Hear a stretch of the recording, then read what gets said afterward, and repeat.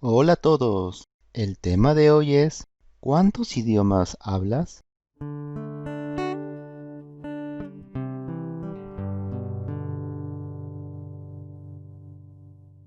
Lee los siguientes ejemplos. Buenos días, Carla. Tengo una pregunta. ¿Cuántos idiomas hablas? Buenos días, Pedro. Yo hablo español, inglés y chino. Tengo una pregunta para ti.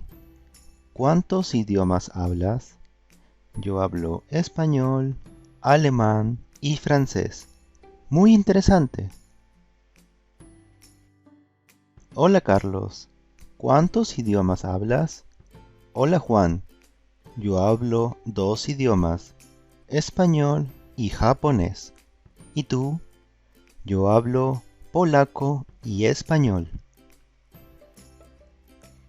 Buenas tardes, señor García. ¿Cuántos idiomas habla usted?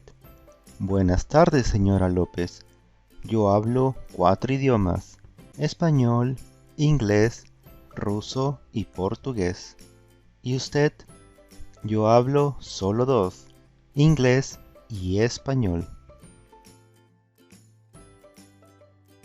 Hola Pedro, ¿cuántos idiomas habla Fernando?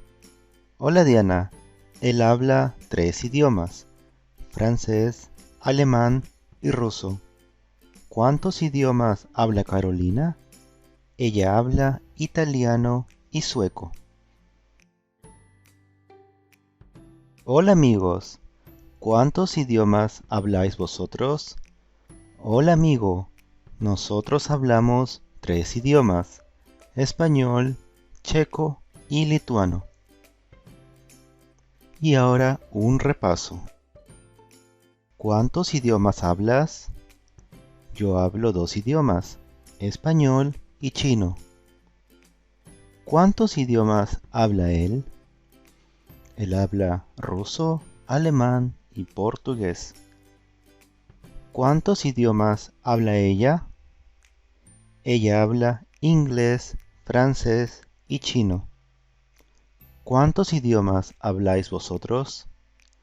Nosotros hablamos español y polaco.